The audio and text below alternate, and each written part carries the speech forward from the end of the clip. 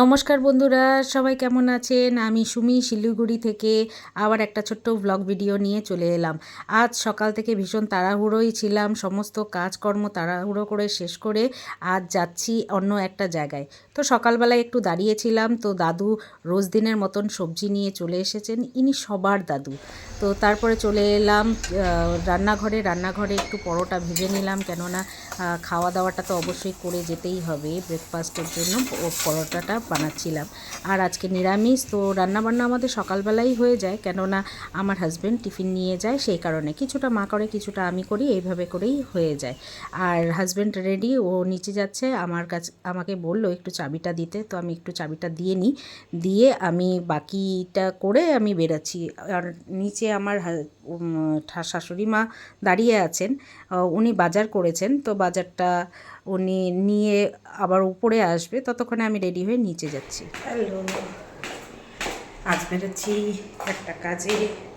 আজকে আপনাদেরকে আমাদের এখানকার আরেকটা একটু পথ দেখাবো, তো কাজ সব কমপ্লিট করেই যাচ্ছি, তো দেখতে থাকুন।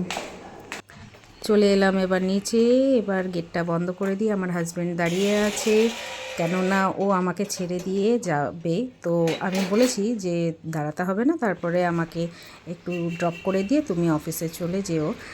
তো আজকে যাচ্ছি ব্যাংকে, আমার ছেলের স্কুলে যে মাইনা পেমেন্ট হয় সেই পেমেন্টটা কি হয়েছে আপডেট হয়নি, তো স্কুল থেকে মেসেজ এসেছে, ওদের তো স্কুল খুলে যাবেই আর দুদিনের মধ্যে, তো সেটার জন্যই আমাকে যেতে হচ্ছে দৌড়ে ব্যাংকে, কারণ হয়তো কোনো সিস্টেমের সমস্যা হয়েছে, যেটা হয়তো বোঝা যাচ্ছে না, ওদের অ্যাপসে এখনও আপডেট হয়নি। তো কেবল তো সদ্য মার্চ এন্ডিং গেল, মানে ইয়ার এন্ডিং যেটা সেটা গেল, তো ব্যাংকেরও অনেক কাজ জমে যায়, সেগুলো ক্লিয়ার হতেই থাকে। তো এই রাস্তা ধরে যাচ্ছিলাম, এখন তার সাথেও আবার ভোট যুদ্ধ শুরু হয়ে গেছে, সব জায়গায় এখন ভোটের পতাকা বা ইয়েগুলো ফ্ল্যাগগুলো লাগানো হয়েছে। তো আর কয়দিন পরে তো কানেরও একটু ডিস্টার্ব হবে সবাই জানবে, সবাই মানে সকাল সকাল থেকেই শুরু হয়ে যাবে। এই দেখেন, ও মা, এইভাবে কোনো কেউ রাস্তা পার হয় সকাল সকাল? একটু ফাঁকা রোড দেখলেই এরা এভাবে রাস্তা পার হয়, একদম ঠিক না।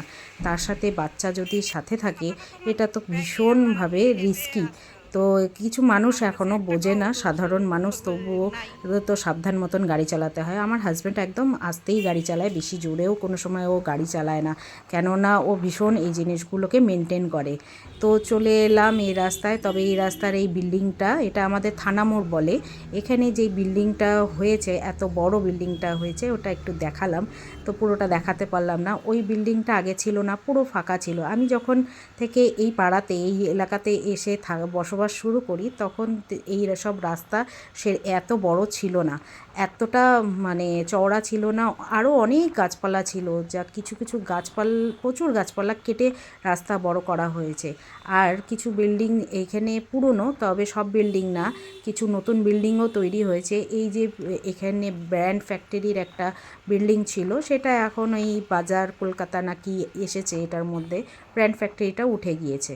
তো এই রাস্তাটা ধরে আমরা বেশিরভাগ যখন শিলিগুড়ি বা জলপাইগুড়ির দিকে কোনো কাজে যাই, তখনই এই রাস্তাটা আমরা ব্যবহার করি, কেননা এই রাস্তায় আমরা বিশেষ আসি না, আসতে অনেক এই রাস্তায় সেরকম প্রয়োজন পড়ে না। এই রাস্তাটা একদম ওই শিলিগুড়ি জলপাইগুড়ি হাই রোডে গিয়ে ওঠে।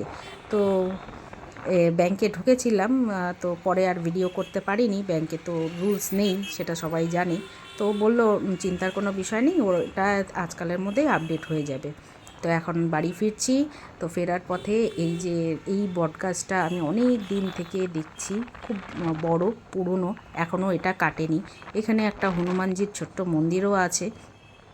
তো সবাইকে টাটা বলছি, সবাই ভালো থাকবেন, সুস্থ থাকবেন, আমিও বাড়ি ফিরি, অনেক কাজ এখনও বাকি আছে। তো টাটা বন্ধুরা, ভালো লাগলে লাইক করে